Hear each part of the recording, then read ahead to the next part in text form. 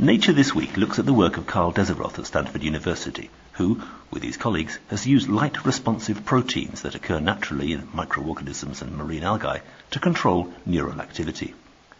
The team was able to control the locomotive behavior of the nematode worm by training light pulses of a particular wavelength onto its muscle cells. The worm stopped and started muscle contractions in a millisecond when yellow and blue lights were shone on them. This webcast looks at this exciting work and its implications.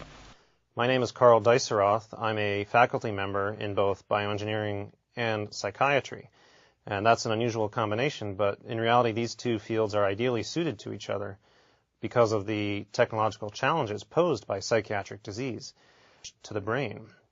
The problem is more subtle and therefore more interesting, but also harder to measure and understand and treat. Psychiatric diseases almost certainly arise from changes in the high-speed circuit dynamics of the brain. And so we need new, high-speed, precise, and targeted technologies to probe neural circuit dynamics.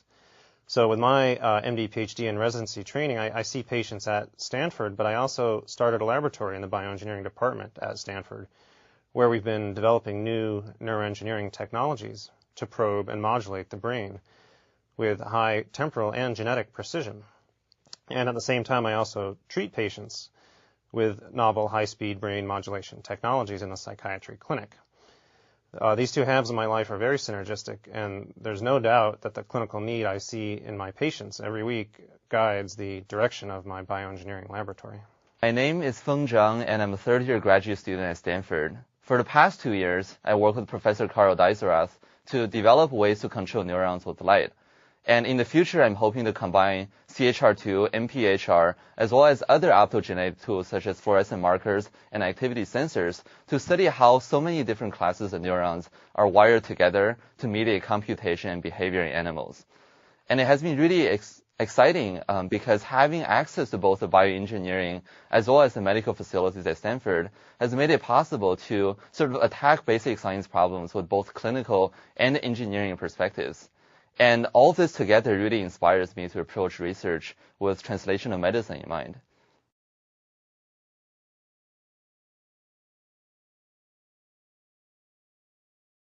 The brain is fundamentally electrical, but our overall goal has been to control neurons not with bulky, non-specific mechanical electrodes, but with safe, non-toxic light pulses targeted to specific neuron types within intact brain tissue.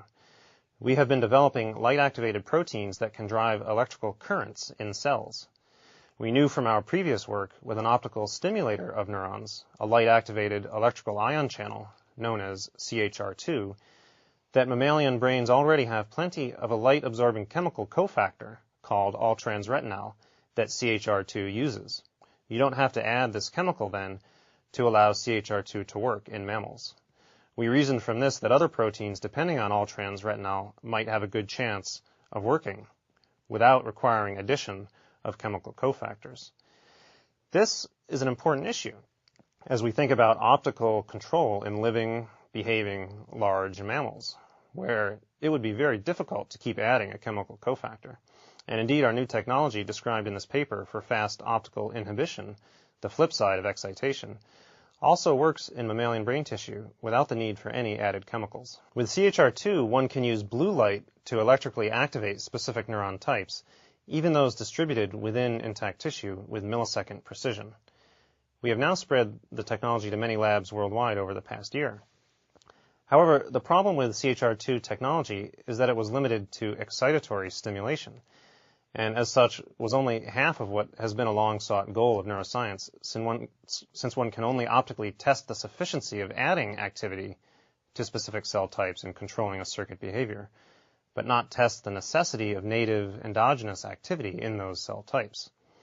The holy grail would be to either optically stimulate or inhibit specific cell types with high temporal precision in intact tissue. The NPHR system we describe meets this need directly. NPHR is a high-speed inhibitor of neurons, moving negatively charged chloride ions across the membrane instead of the positive ions passed by CHR2, and is driven by reddish-yellow or amber light rather than the blue light that excites CHR2. So that's a different channel of light, and it is now possible to do multi-channel, all-optical bidirectional probing of specific neuronal cell types in intact brain circuits. We found that this technology worked well in mammalian neurons, which is closest in many respects to the human clinical system. But there are many applications in non-mammalian systems as well. And in this paper, we showed with our colleagues and collaborators, Alexander Gottschalk and Georg Nagel, that the NPHR-CHR2 system was functional in frog and nematode cells as well. One of the experiments in the paper showed both excitatory and inhibitory actions on movement of the nematode C. elegans with the NPHR-CHR2 system targeted to neurons or muscle of the behaving animal. These experiments open up the door to many kinds of experiments targeted to understanding the role of specific neuronal types in behavior and high-speed circuit dynamics.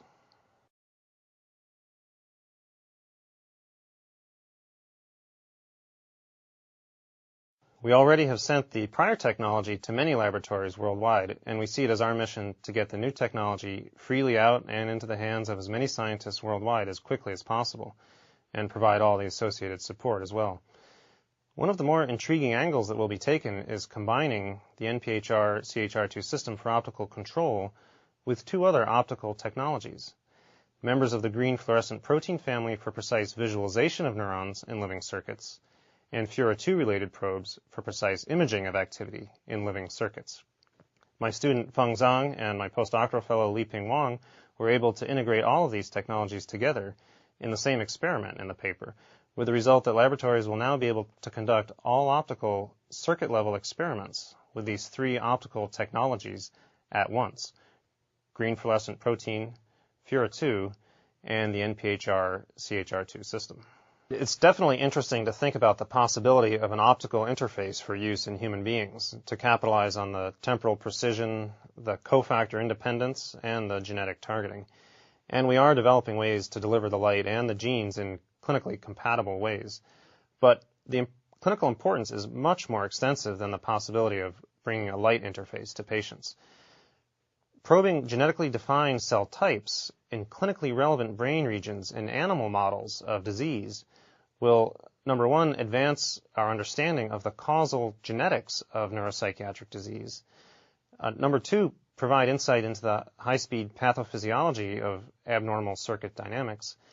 And number three, suggest increasingly specific therapies and targeted treatments, capitalizing on the knowledge of precisely defined important cell types that the NPHR-CHR2 system allows.